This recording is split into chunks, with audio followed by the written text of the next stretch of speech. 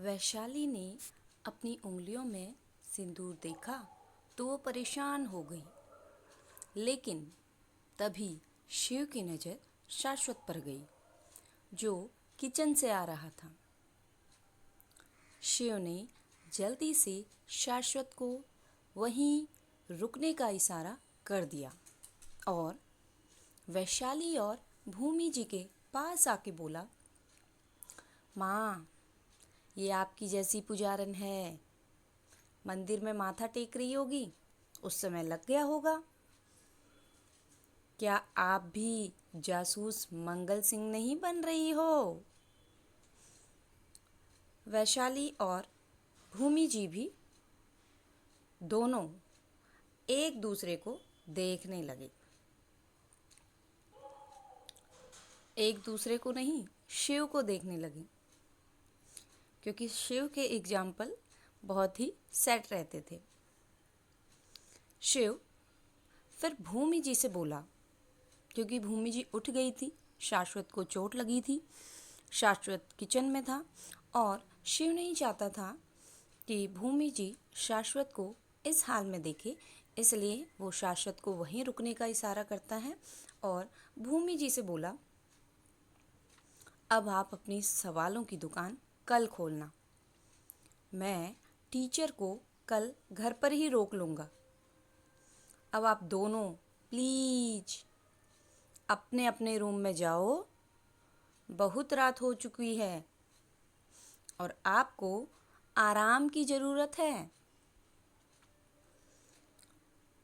शिव की बात सुन करके वैशाली भी अब थोड़ा एकांत चाहती थी, इसलिए वो शिव की बात सुन के खड़ी हो गई और भूमि जी से बोली, शिव सही कह रहा है, बहुत रात हो गई है।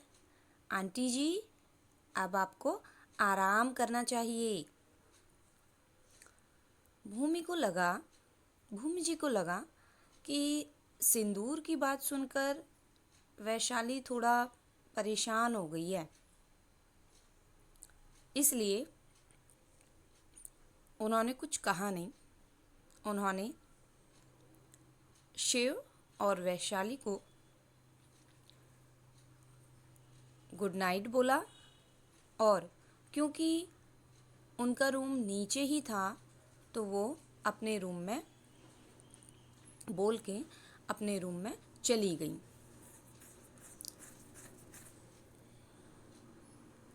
वैशाली भी तुरंत शिव ने जो वैशाली को रूम बताया था उस रूम की तरफ चली गई। शिव ने शाश्वत को देखते गहरी सांस ली और शाश्वत के पास आके बोला, भाई, बच गए भाई। माँ देख लेती तो अभी घर में रोना धोना सब शुरू हो जाता। शाश्वत ने अपना सिर नाम में हिलाया और बोला, अब जाओ और तुम भी सो जाओ। शिव फिर कुछ सोच के शरारती मुस्कान के साथ बोला, तो पहले आप जाओ। शाश्वत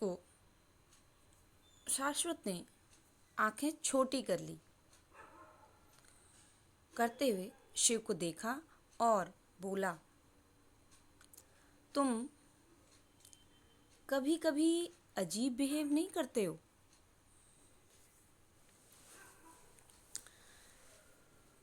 शिव अपना सिर गोल गोल घुमाने लगा, फिर अपने रूम की तरफ भाग के जाते हुए बोला, लाइफ में थोड़ा पागलपन भी जरूरी है।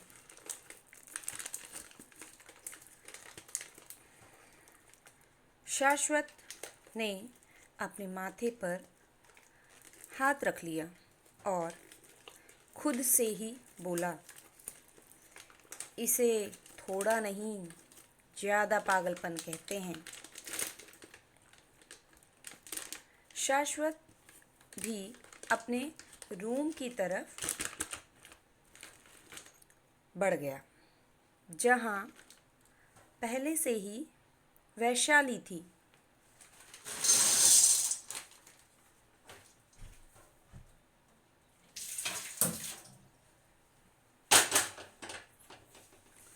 वैशाली लगभग भागते हुए रूम में आई और बिना डोर बंद किए सीधा शीशा ढूंढने लगी। उसको बेड के दूसरे साइड शीशा मिल गया। वैशाली ने तुरंत अपने बाल खोले और बीच की मांग निकाली, तो इस बार उसकी आंखों में आंसू भर आए। उसकी मांग पीछे तक भरी थी और वैशाली ने अपनी आंखें बंद कर ली और सोचने लगी, ये कैसे हुआ?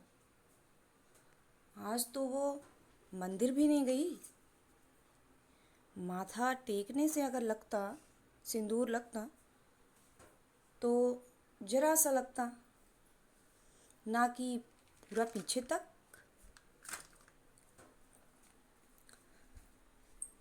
अभी वैशाली को याद आया, तभी वैशाली को याद आया,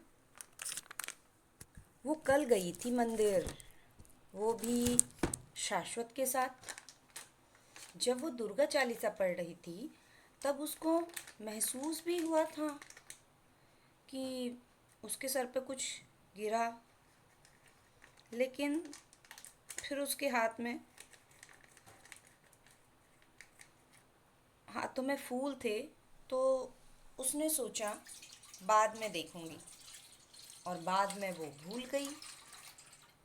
वैशाली ने मन में ही सोचा, क्या सिंदूर देख के ही पंडित जी ने उसको सदा सुहागन रहने का आशीर्वाद दिया?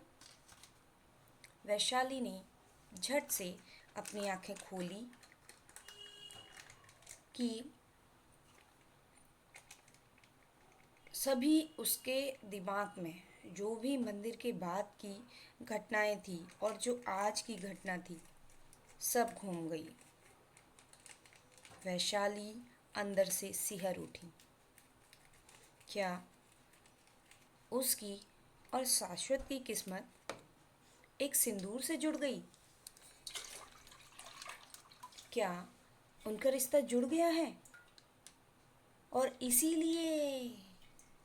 इसीलिए शाश्वत के ऊपर एक के बाद एक संकट आ रहे हैं। वैशाली ये सब सोच ही रही थी कि शाश्वत रूम में आया और डोर पहले से ओपन देख के उसकी आईब्रो जुड़ गई, क्योंकि रूम उसने तो ओपन किया नहीं था, वो तो अभी आया था। पर वैशाली बेड के दूसरे साइड थी, जो एरिया डोर के पास खड़े होने से दिखता ही नहीं था। तो शाश्वत ने वैशाली को देखा ही नहीं। उसने डोर को अंदर से लॉक किया और अपने शर्ट के बटन ओपन करते हुए वो अंदर आया कि अचानक उसकी नज़र शीशे के सामने बुत बनी खड़ी वैशाली पर गई, जिसके बाल खुले हुए थे। वैशाली को अपने रूम में वो भी ऐसे हाल में देखकर शाश्वत शॉक हो गया और वह बोला, वैशाली, तुम मेरे रूम में क्या कर रही हो? शाश्वत की आवाज़ सुन के वैशाली डर गई। हड़बड़ा के पलटी तो ड्रॉ के पास रखी हुई शीशे की बोतलें और उसका सारा सामान नीचे गिरने लगा। ऊपर से शाश्वत को देखकर वैशाली और घबरा गई। शाश्वत की शर्ट की बटनें खुली हुई थी। वैशाली डर की वजह से ड्रॉ की तरफ सिमटी जा रही थी, जिस कारण एक के बाद एक सामान नीचे गिर रहा था। उसमें से कुछ परफ्यूम की बोतलें भी थी जो नीचे गिर रही थी और कांच वैशाली के आसपास बिखर गया था। पर वैशाली बेसुध सी आंखों में आंसू और डर लिए शाश्वत को देख रही थी। शाश्वत ने वैशाली को ऐसे देखा तो संभल के कांच से बचते हुए उसके पास आया और बोला, ये क्या कर रही हो? ध्यान कहाँ है तुम्हारा? हटो यहाँ से, तुमको कांच लग जाएगा। लेकिन वैशाली को कुछ सुनाई नहीं दिया। वो तो शाश्वत को अपने इतने पास देख के और घबरा गई थी। वैशाली को बेसुध देख के शाश्वत ने उसको दोनों बाजुओं से पकड़ा और हिलाते हुए बोला, वैशाली, क्या हुआ?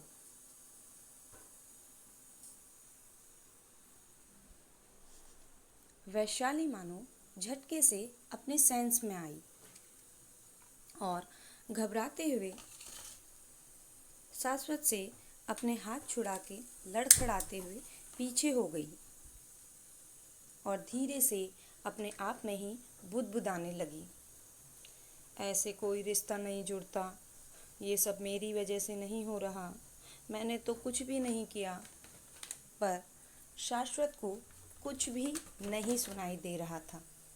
उसको समझ नहीं आ रहा था वैशाली ऐसे क्यों बिहेव कर रही है। आखिर हुआ क्या है उसको कि तभी शाश्वत की नज़र वैशाली के बालों पर गई, जो कुछ बिगड़े हुए थे, लेकिन बीच की मांग बराबर निकली थी और उसमें पीछे तक सिंदूर भरा दिख रहा था। वो सिंदूर थोड़ा हल्का हो गया था, शायद कंघा लगने की वजह से कुछ हल्का हो गया होगा, लेकिन समझ बराबर आ रहा था। शाश्वत समझ गया। शायद अभी वैशाली ने सिंदूर देखा और वो समझ नहीं पा रही ये सब कैसे हुआ। तो शाश्वत खुद बात को क्लियर करते हुए बोला, रिलैक्स रिलैक्स, वो कल गलती से जब मैं माता के ऊपर सिंदूर चढ़ा के ऊपर उठ रहा था तो वो सिंदूर तुम्हारे ऊपर गिर गया। वैशाली की सांस अटक गई। माता के चरणों में चढ़ा सिंदूर उसकी मांग में लग गया है। इतना सोच के ही वैशाली का सिर घूमने लगा। शाश्वत आगे कुछ बोलता उससे पहले वैशाली शाश्वत के साथ 2 बार जानलेवा हादसा हुआ। वैशाली ने ऐसा सोचा कि उसके बाद ही शाश्वत के साथ 2 बार जानलेवा हादसा हुआ, आगे शाश्वत 1 महीने में मर जाएगा। सोच के ही वैशाली बेहोश हो गई। शाश्वत ने जल्दी से उसे संभाल लिया और शाश्वत के हाथ में पहले से चोट थी तो उसको वैशाली को उठाने में दिक्कत हो रही थी, इसलिए उसने वैशाली को सहारा देकर वहीं अपने बेड पर लिटा दिया और सोचने लगा, जरा से सिंदूर से वैशाली को क्या हो गया जो बेहोश ही हो गई।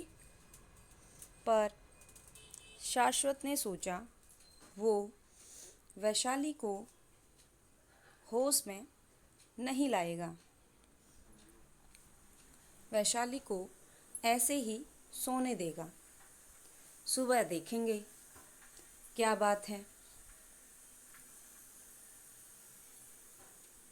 सोच के शाश्वत रूम से बाहर आके शिव के रूम में आ गया। शिव ने शाश्वत को देखा तो उसको लगा शाश्वत पक्का उसको मारने आया है। उसने वैशाली को उसके रूम में भेजा, लेकिन शाश्वत आया और चुपचाप लेट गया। तो शिव ने मुंह बना लिया और खुद से ही बोला, भाई इतने शांत क्यों हैं? कहीं मेरा दाव उल्टा तो नहीं पड़ गया? प्यार की दो बातों की जगह फाइटिंग तो नहीं हो गई? अरे नहीं शिव, अब तो और मेहनत करनी पड़ेगी। सोचते हुए शिव भी सो गया। दूसरे दिन सुबह वैशाली अभी भी सो रही थी, पर शाश्वत को जल्दी उठने की आदत थी तो वो उठ गया, लेकिन उसके कपड़े उसके रूम में ही थे। तो वो सोचने लगा क्या करे। शाश्वत कुछ सोच के अपने रूम में आया और नॉक किया, पर वैशाली सो रही थी तो कोई जवाब नहीं आया। शाश्वत को फिर वैशाली की चिंता हुई तो उसने बिना परमिशन ही डोर ओपन कर दिया और अंदर आ गया। जब वो अंदर आया तो वैशाली को सोता देखकर उसने राहत की सांस ली और उसने सोचा वो अपने कपड़े लेकर जल्दी से यहाँ से निकल जाएगा। शाश्वत अपने कपड़े अलमारी से निकालने लगा, पर गलती से डायरी नीचे गिर गई, जिसकी आवाज़ से वैशाली चौंक उठी। तो शाश्वत को अपनी आंखों के सामने देखकर फिर से घबरा गई और जल्दी से बेड से उतर के घबराते हुए बोली, आप यहाँ, मैं ये वो। पर वैशाली के मुंह से शब्द नहीं निकल रहे थे। वो शाश्वत से पूछना चाहती थी कि क्या रात को दोनों एक ही रूम में थे, क्योंकि वो इतना जान चुकी थी वो शाश्वत का रूम है। वो गलती से शाश्वत के रूम में आ गई क्योंकि वहाँ शाश्वत, भूमि जी और शिव की फ़ोटोज़ लगी थी। गेस्ट रूम में ये सब नहीं होता। ऊपर से जब वो बेहोश हुई तब शाश्वत सामने था और अब आँख खुली तो भी शाश्वत सामने था। डर लगना तो लाजमी था, पर वैशाली को फिर से डरा हुआ देखकर शाश्वत वैशाली के पास आया और बोला, हुआ क्या है तुमको? तुम इतना क्यों डर रही हो? तबीयत खराब है क्या तुम्हारी? शाश्वत को ऐसे बोलते देख वैशाली के पसीने छूट गए। उसको वहाँ से भागना अच्छा लग उसने वहाँ से भागना अच्छा समझा, क्योंकि अभी वो जवाब देने के लिए मेंटली स्टेबल नहीं थी। उसके दिमाग में तूफान उठा हुआ था। वैशाली ने बस मैं ठीक हूँ बोला और शाश्वत के साइड से निकलने लगी। तो शाश्वत ने उसका हाथ पकड़ लिया। हाथ पकड़ के अपने सामने खड़ा कर लिया और बोला, प्रॉब्लम क्या है वो तो बता के जाओ। वैशाली और घबराने लगी। वो क्या बताए? ये तो कि प्रॉब्लम क्या है वो अभी खुद ही नहीं समझ पा रही थी। उसके साथ ये हो क्या गया? वैशाली अपना सिर नीचे किए इधर उधर देख रही थी कि शाश्वत ने वैशाली की चिन पकड़ी और ऊपर करके उसकी आंखों में देखते हुए बोला, मुझसे कोई नज़रें चुराए मुझे बिल्कुल अच्छा नहीं लगता। अगर तुम्हारे मन में कोई बात है तो बोल सकती हो, पर मैं कल से देख रहा हूँ मुझसे ऐसे डर रही हो जैसे मैं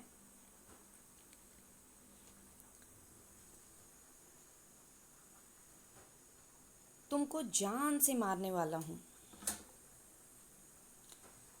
अब वैशाली वैसे ही शाश्वत को लेके परेशान है कि कहीं शाश्वत मरने वाला है, और मारने की बात सुन करके तो वैशाली की हालत और ख़राब हो गई। उसके दिमाग में घूमने लगा, शाश्वत अभी मर जाएगा। पता नहीं कौन सा पल शाश्वत का आखिरी पल हो।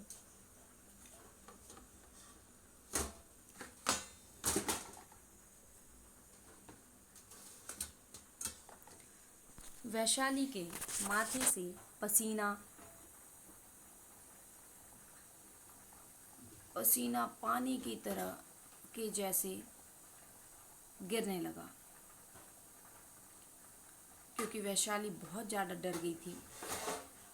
उसे शाश्वत की चिंता हो रही थी, क्योंकि शाश्वत को लगा वैशाली को कहीं पैनिक अटैक की प्रॉब्लम तो नहीं है।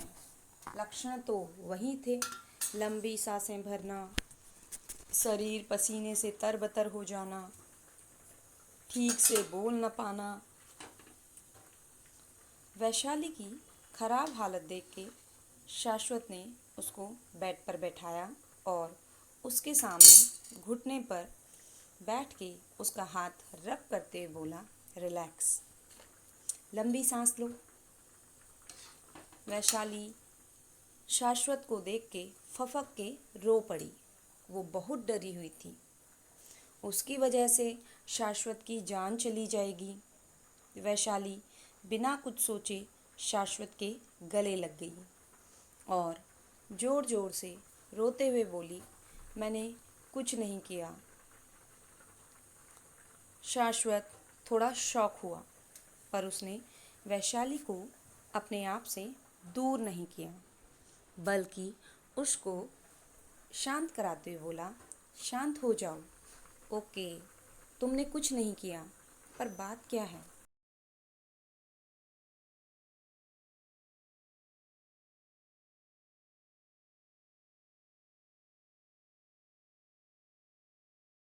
वैशाली ने शाश्वत को और टाइट हग कर लिया और अपना मुंह शाश्वत के कंधे में छुपाने लगी कि तभी डोर ओपन हुआ और जानू उछल के हाथ में गुलाब लिए अंदर आई। और बोली, शाश्वत कहाँ हो? लेकिन वो इतना ही बोली थी कि अपने सामने शाश्वत को किसी लड़की को हक किए देख के जानू के दिल में आग लग गई। जानू की आवाज़ से वैशाली डर गई और शाश्वत से दूर हो गई। वैशाली शायद अभी वैशाली उसको बता देती उसको क्या प्रॉब्लम है, पर जानू के आने से वो और डर गई। शाश्वत ने जानू की तरफ देखा और बोला, गुस्से में बोला, तुम्हारे अंदर मैनर्स नहीं है क्या? एक नहीं 1000 बार बोला है, मेरे रूम में मेरी परमिशन के बिना मत आया करो। जानू ने अपने हाथ में पकड़े गुलाब को मुट्ठी में बंद कर लिया और गुस्से में वैशाली को देखने लगी। वो नज़रें झुका के बैठी थी। जानू ने कुछ नहीं कहा और गुलाब मसलते हुए रूम से बाहर आ गई। शाश्वत उसको पसंद नहीं करता, ये वो जानती थी, लेकिन किसी और लड़की के सामने शाश्वत ने उसकी इंसल्ट की। और ये लड़की कौन थी जो सीधा शाश्वत के रूम तक पहुंच गई और शाश्वत ने उसको हक भी किया हुआ था। अब क्या करेगी अब वैशाली? क्या सच में महीने भर में शाश्वत मर जाएगा? क्या जानू वैशाली के लिए खड़ी करेगी नई मुसीबतें? जानने के लिए बने रहिए इस कहानी के साथ। और आज का पार्ट पसंद आया हो तो समीक्षा देकर ज़रूर बताएं। धन्यवाद।